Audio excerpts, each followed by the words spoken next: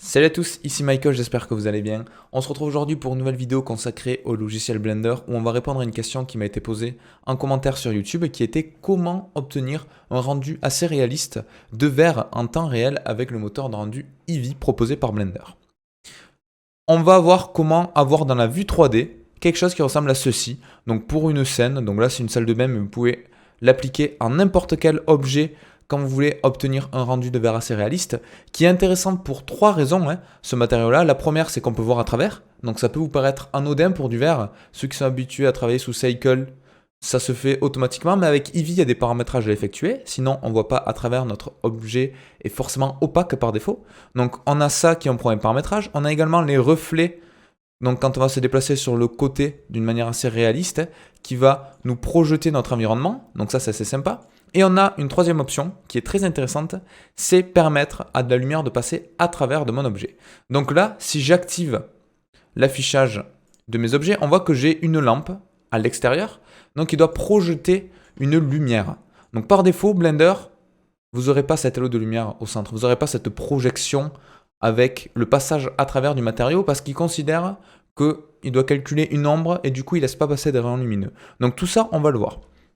C'est pas compliqué, mais il y a beaucoup de paramétrages à savoir, notamment pour ceux qui travaillent, qui ont l'habitude avec Cycle, vous rajoutez une note de type glace dans le Material Editor et vous avez un rendu assez réaliste. Dans Eevee, si vous rajoutez du glace, comme on a par exemple sur cet objet-là, donc j'ai uniquement une note glace sur le matériau, on a un effet de miroir un petit peu qui s'offre à nous. Donc ça fait pas réaliste, ça fait pas vraiment vitre. Ça, c'est pas du tout réaliste. Pourquoi? Parce qu'on doit indiquer à Blender différents paramétrages. Donc, on va voir comment passer de ceci, donc un rendu pas réaliste en temps réel de vitre, à ceci. Donc, la différence est quand même relativement flagrante. Donc, je vais juste passer en mode solide pour pas que Blender calcule pour rien du tout dans une autre scène. Et je vais aller ici. Alors, par défaut, je vais sélectionner mon objet. Moi, j'ai rajouté du glace, mais par défaut, normalement, vous avez du Principled BSDF. Voilà, relié ici. Donc ça, je vais le supprimer, tout simplement avec la touche supprimer. Je vais faire Shift A, et je vais rajouter un shader de type glace. Vous allez voir qu'on va en utiliser un second par la suite pour un petit peu plus de réalisme, mais nous, on va rester sur ça, pour faire les premiers paramétrages. La première chose qui va nous intéresser, c'est ceci, le Screen Space Reflections.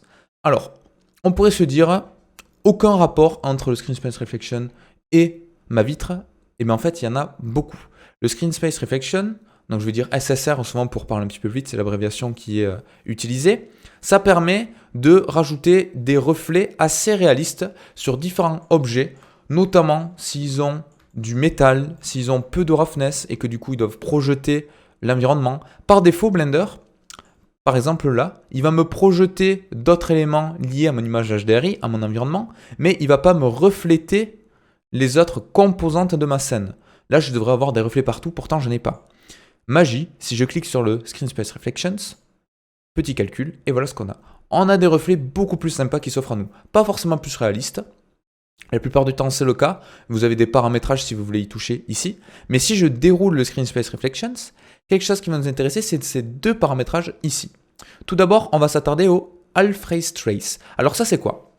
C'est tout simplement la résolution du ray tracing, c'est-à-dire, pour faire simple, la résolution de vos reflets.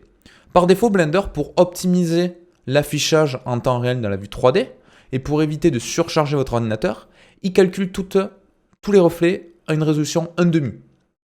Donc ça permet d'optimiser le temps de calcul forcément, mais du coup le rendu est un petit peu... il n'est pas très réaliste. Il est divisé par 2 pour faire simple en termes de qualité. Si je décoche ceci, on a quelque chose qui est un petit peu mieux. On le voit notamment là, le bord il est un peu haché sur ce reflet ici. Si je clique là, on voit que c'est beaucoup plus lisse. Donc en zoomant, peut-être que ça se verra plus. Donc là, je suis en Alfred, on voit que c'est saccadé. Je clique dessus, c'est un petit peu mieux. Et ensuite, quelque chose qui nous intéresse, c'est le Refraction. Donc ça, c'est quelque chose qui va nous permettre d'activer l'outil de réfraction. Et ensuite, dans mon paramétrage de matériaux, on pourra activer non pas le Screen Space Reflections, mais le Screen Space Refraction. Pardon. Un peu difficile à prononcer. Donc je peux l'activer.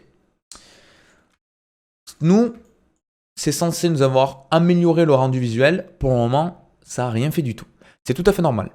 Pourquoi? Parce que je dois aller dans mon matériau, donc je peux cliquer sur le Material Output par exemple, et je vais aller ensuite dans le Options à droite. Peut-être que par défaut vous êtes dans Item ou que même ce panneau n'est pas affiché. Si jamais il n'est pas affiché, vous pouvez cliquer sur la petite flèche et aller dans le Options. Et là, comme je vous ai dit tout à l'heure, on va activer le Screen Space Refraction. Et si je clique dessus, magie, on a déjà notre vitre qui apparaît. Donc, elle n'est pas top pour différentes raisons, je vais vous l'expliquer. Mais je vais revenir sur la différence entre le Screen Space Refraction ici et la Refraction là. En fait, cette coche-là me permet d'activer sur mon projet global de Blender, sur ma scène, la réfraction.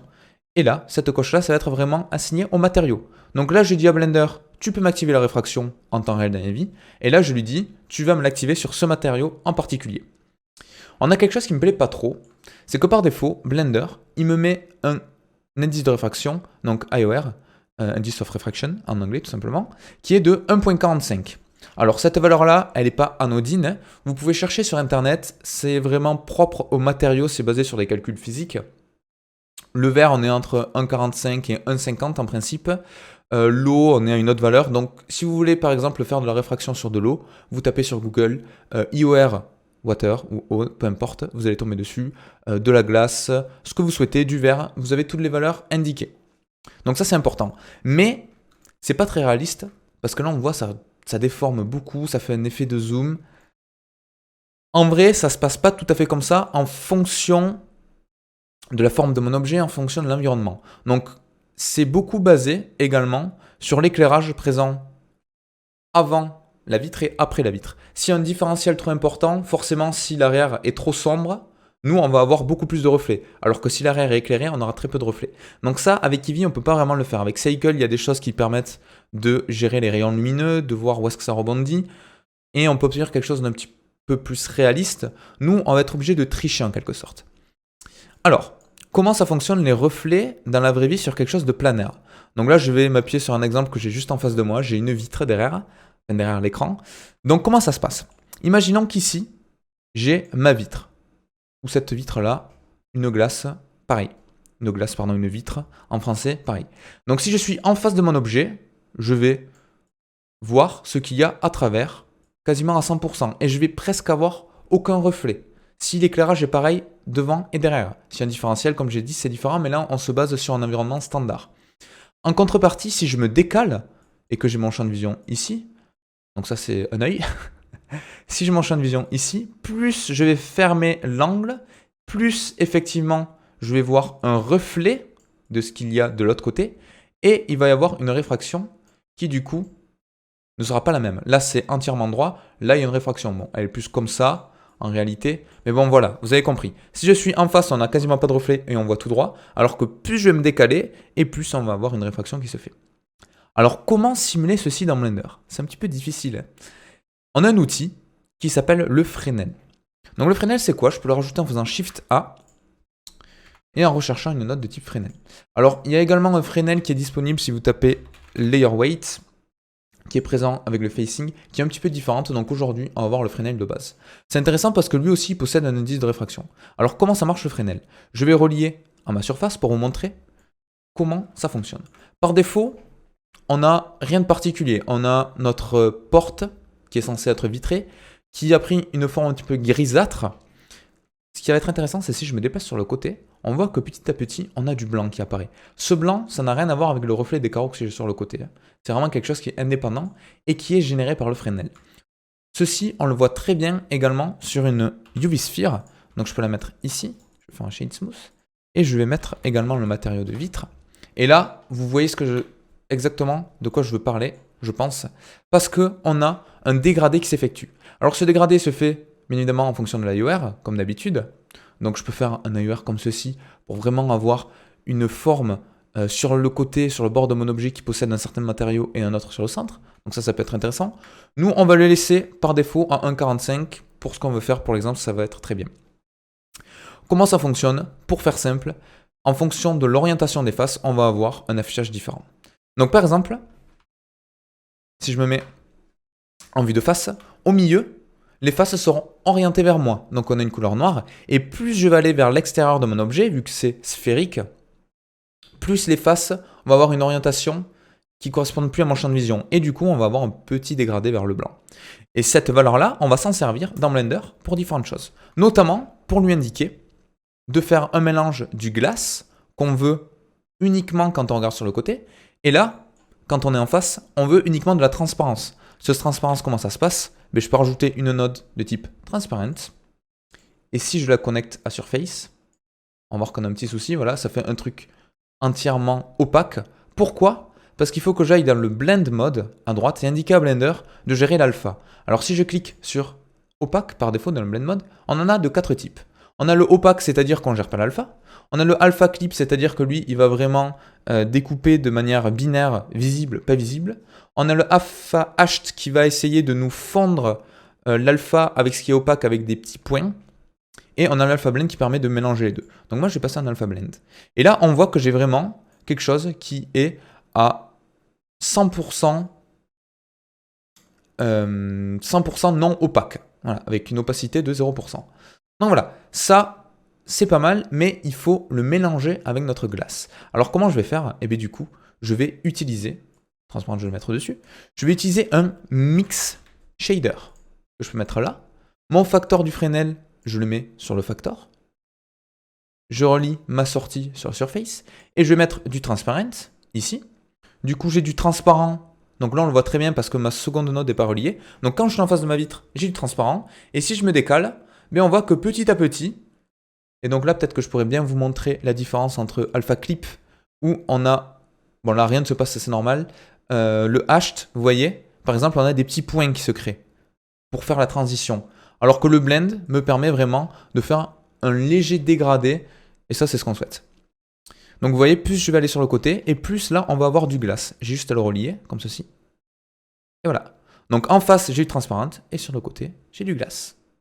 Donc voilà, là on commence à avoir un effet sympa. Dernière chose que je voudrais modifier, si je vais à la sortie, là j'ai bien une lampe qui m'éclaire à l'intérieur de la scène. Donc là je devrais avoir un halo de lumière, une projection lumineuse en fonction de la source qu'on a à l'extérieur qui n'est pas présente par défaut. Comment ça se fait?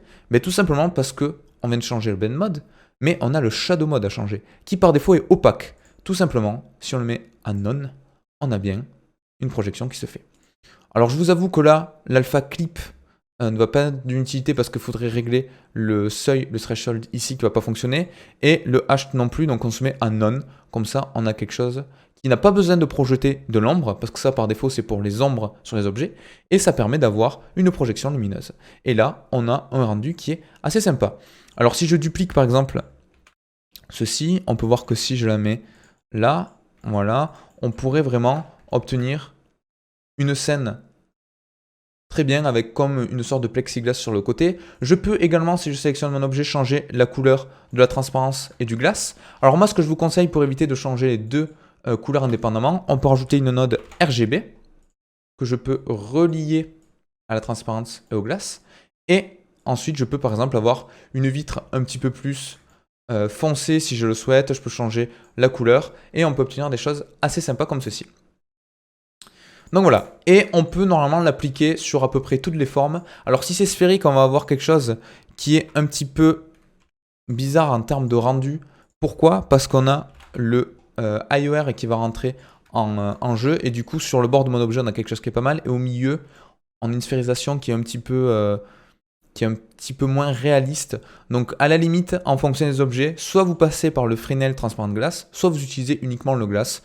C'est à vous de voir ce que vous souhaitez. Donc le rendu en temps réel est assez sympa. Alors pourquoi je vous ai dit de ne pas utiliser le hashed? Parce que du coup, ça ferait des petits points comme ça. Donc on peut s'en débarrasser en augmentant le nombre de samples qui est présent là. Donc si dans la viewport par exemple je mets 500, on va voir qu'au bout d'un moment les calculs font leur travail de telle manière à ce qu'on ait libéré ces petits points. Ça pourrait être un effet de style là si vous voulez, un effet de vitre un petit peu granuleux, comme on a des fois un petit peu brossé, ça peut le faire. Moi, j'utilise souvent le Alpha Blend, c'est beaucoup plus optimisé. Et je peux également faire un petit rendu pour vous montrer ce que ça donne. Donc bien évidemment, on n'arrivera jamais à la cheville du cycle, notamment pour les calculs lumineux d'ombre ou d'éclairage, et le vert en fait partie, parce que c'est quand même quelque chose d'assez complexe. Mais on peut quand même avoir des choses assez sympas en termes de rendu. Si je fais un petit F12, là, le temps de rendu est minime comparé à ce qu'on aurait avec Cycle. Et vous voyez, ça permet d'obtenir quand même quelque chose qui est assez sympa avec des beaux reflets. Donc voilà, j'espère que cette vidéo vous aura plu, que vous aurez appris pas mal de choses. N'hésitez pas à me dire si vous avez des questions. Donc vraiment pour synthétiser, j'aime bien maintenant faire une synthèse à la fin des vidéos pour les points clés. Qu'est-ce qu'il faut faire pour obtenir ceci en termes de rendu? Si vous rajoutez par exemple du glace, uniquement du glace, si vous ne voulez pas vous embêter, ça va fonctionner également. Mais moi, je vous conseille de passer comme ceci.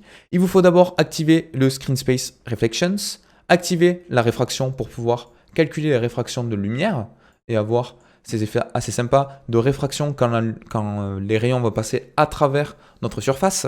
Vous pouvez désactiver le Half-Phase Trace si vous avez un PC relativement puissant. Et ensuite, ici, dans les matériaux, Output, activer le Alpha Blend. Donc ça, c'est uniquement si vous utilisez le Transparent. Pas besoin si vous utilisez que le Glass. Et activer également le Screen Space Refraction si vous utilisez le Glass. Donc en gros, ce paramétrage-là, le SSR avec la réfraction, est relié au Glass. Du moins, il est nécessaire pour que le Glass fonctionne correctement. Et le Transparent est lié au Blend Mode. Donc voilà, et le Fresnel permet, en fonction de l'orientation de la caméra, d'obtenir un rendu un petit peu sympa. Donc voilà, j'espère que vous aurez appris des choses et je vous dis à la prochaine. Ciao!